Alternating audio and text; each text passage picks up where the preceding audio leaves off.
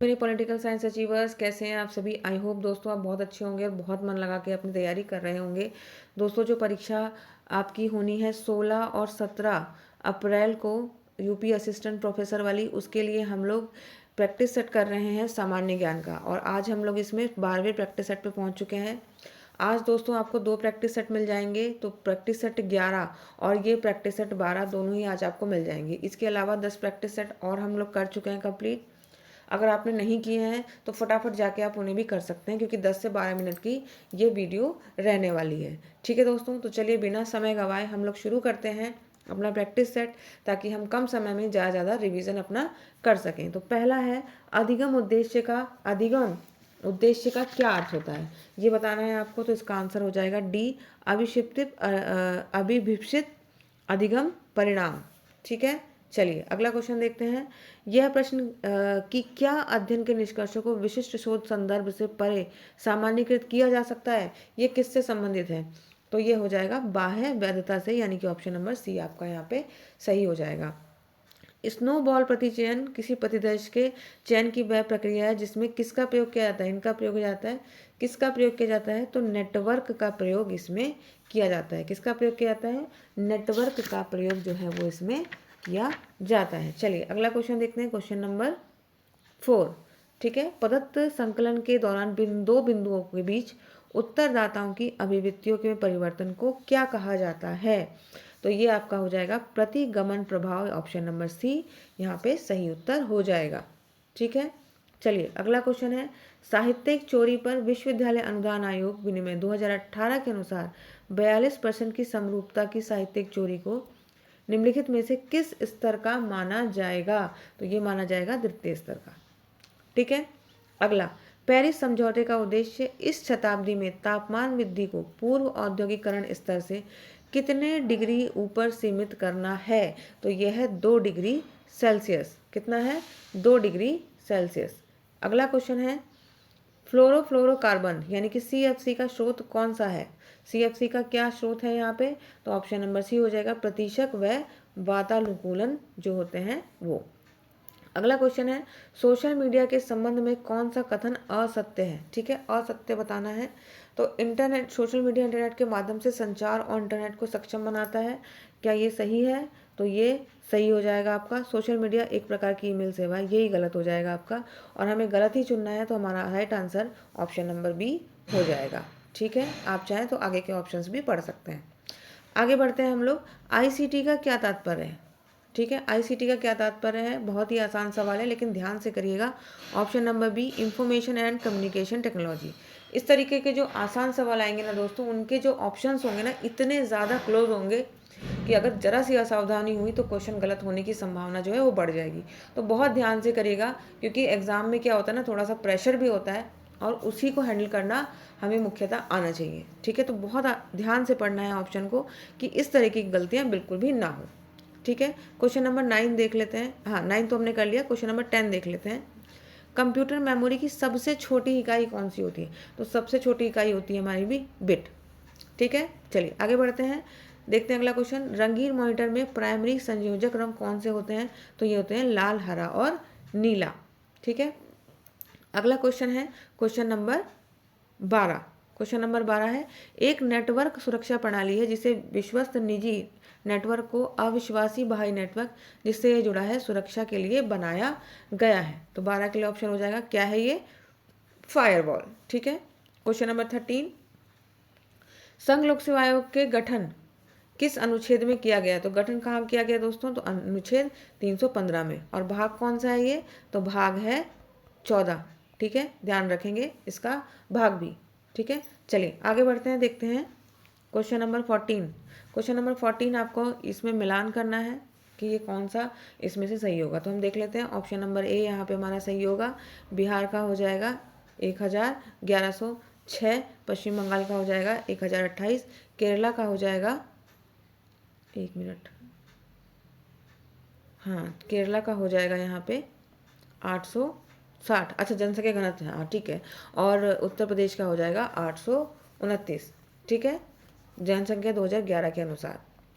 चलिए अगला क्वेश्चन देखते हैं, क्वेश्चन नंबर 15। वह मुगल बादशाह था जिसने पहला मुगल बादशाह जो अंग्रेजों का पेंशन भोगी बना था, तो ये था दोस्तों शाह आलम द्वितीय, पता ही होगा आप लोगों को। चलिए आगे बढ़ते हैं। अगला क्वेश्चन करेंगे, नाथुल्ला दर्रा भारत के किस राज्य में है? नाथुल्ला दर्रा बताना है आपको कहाँ पे है, तो नाथुल्ला दर्रा हमारा हो जाएगा सिक्किम में। ठीक है। अगला क्वेश्चन है, भारत, भारत क्या है ये आपको बताना है। तो क्या एक लोकतांत्रिक देश है, प्रतिनिधि लोकतंत्र है, लोकतांत्रिक समाज है, या फिर भारत समाजवाद से बंधा हुआ है? तो क्या हो जाएगा इसका आंसर? इसका आंसर हो जाएगा लोकतांत्रिक गणतंत्र है, प्रतिनिधि गणतंत्र है, लोकतांत्रिक समाज है नहीं, समाजवाद से बंधा हुआ है। तो इस प्रकार हमारा आंसर ऑप्शन नंबर बी हो जाएगा 1, 2 एंड 4। Question number 18। किसने दिल्ली को विश्व के उत्कृष्टतम शहरों के एक के रूप में बताया था? तो किसने बताया था? तो ये बताया था इब्न बतूता ने। ठीक है, काफ़ी इंप्रेस हुआ था दिल्ली को देखकर। अगला क्वेश्चन देख लेते हैं। अगला क्वेश्चन है क्वेश्चन नंबर 19।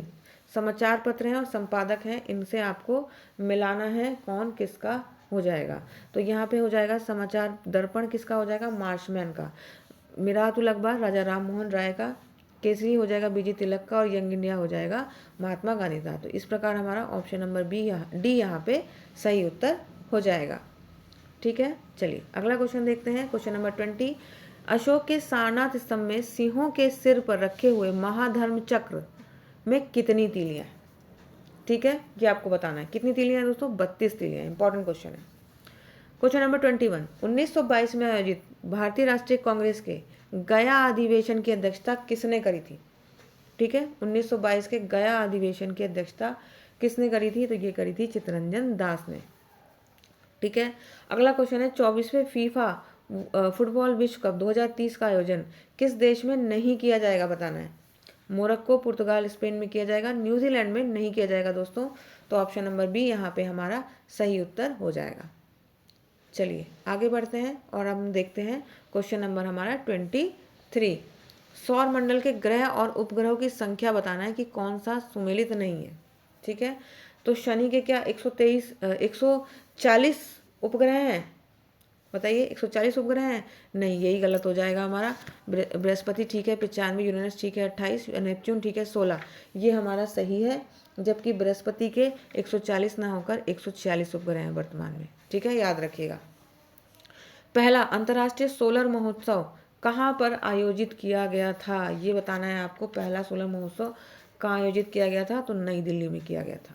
ठीक है, आइए से बताइएगा कब बना है और किसने किसने मिलकर बनाया है। इंडिया के साथ कौन सा देश था जिसने आइए से मिलकर बनाया है? ठीक है, मुझे कमेंट बॉक्स में बताइएगा। चलिए अगला क्वेश्चन देखते हैं। गुलाबी क्रांति किससे संबंधित नहीं है? नहीं है पूछ रहा है दोस्तों। तो झींगा मछली से है, प्याज से, मांस से, अंडे से नहीं है। अंडा किससे? श्वेत क्रांति से संबंधित है। ठीक है, अंडा जो है आपका वो हो जाएगा श्वेत क्रांति से, सॉरी श्वेत नहीं, रजत क्रांति से। श्वेत क्रांति से तो दूध था, रजत क्रांति से ये हो जाएगा। ठीक है, चलिए अगला क्वेश्चन है, मोदी द चैलेंज ऑफ 2024, इसके लेखक कौन है? ठीक है, बताना है आपको। तो मिन्हाज मर्चेंट। ठीक है, बहुत इंपॉर्टेंट, मिन्हाज मर्चेंट।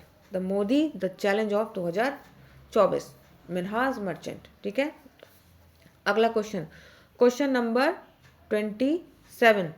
ठीक है, 69वें ठीक है फिल्म फेयर अवार्ड 2024 के संबंध में कौन सा कथन सही नहीं है, यानी कि गलत बताना है आपको। ठीक है, तो 27 के लिए हमारा आंसर क्या हो जाएगा? बी हो जाएगा। सर्वश्रेष्ठ अभिनेता पुरस्कार ऋतिक रोशन, नहीं, ऋतिक रोशन को ना मिलकर ये किसको मिला था? रणवीर कपूर को मिला था मूवी एनिमल के लिए। ठीक है, बाकी सारे सही हैं, बाकी ऑप्शंस पढ़ लीजिएगा। क्वेश्चन नंबर 28, इसमें से हमें बताना है कौन सा कथन सही है। सुभाष चंद्र बोस ने स्वामी विवेकानंद को आधुनिक राष्ट्रीय आंदोलन का पिता कहा था। ठीक है, सही उत्तर चुनना है दोस्तों, ये यहाँ पे पढ़ लीजिएगा आप, क्योंकि कई बार गलत भी पूछ लेता है। तो क्या ये सही है? अगला है 1897 में संयुक्त राज्य अमेरिका के शिकागो शहर में आयोजित विश्व धर्म सम्मेलन में विवेकानंद जी ने भाग लिया था। तो ये गलत हो जाएगा दोस्तों, क्योंकि इन्होंने 1897 में नहीं 1893 में लिया था। ठीक है, 1893 में ये इन्होंने भाषण जो है शिकागो में दिया था। तो 28 के लिए आपका आंसर बी सही हो जाएगा, केवल एक आपका सही है यहाँ पे। ठीक है, अगला क्वेश्चन देख लेते हैं, क्वेश्चन नंबर 29। 29 का क्या है, स्वराज्य शब्द का प्रयोग सबसे पहले किसने किया था, तो ये किया था दोस्तों option number A, Swami Dayanand Saraswati ji ने। ठीक है, स्वामी दयानंद सरस्वती जी ने पहले किया था।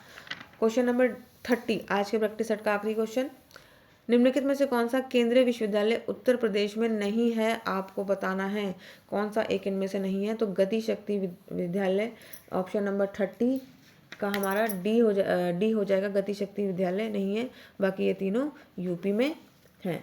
ठीक है, तो चलिए दोस्तों, इस तरीके से हमने आज का ये प्रैक्टिस सेट भी कंप्लीट कर लिया और हम लोग 12 प्रैक्टिस सेट कर चुके हैं। कल 13 तारीख है, कल हम लोग कोशिश करके 2 या 3 तीनों ही कर लेंगे, 3 प्रैक्टिस सेट हमारे बचे हैं, या फिर कल 2 करके एक परसों हम लोग कर लेंगे। एग्जाम से पहले ही मैं इस प्रैक्टिस सेट को ख़त्म कर दूंगी दोस्तों। आई होप कि आपको अच्छा लग रहा होगा सीरीज़ और आपको हेल्प मिल रही होगी काफ़ी इससे दोस्तों। अगर आपको अच्छा लग रहा हो दोस्तों तो लाइक कीजिएगा वीडियो को और शेयर कीजिएगा और चैनल को सब्सक्राइब कीजिएगा। ऑल द वेरी बेस्ट आपको, मैं मिलूंगी आपसे अगले वीडियो में, तब तक आप लोग खूब मन लगा के पढ़ते रहिए। नमस्कार और ऑल द बेस्ट दोस्तों।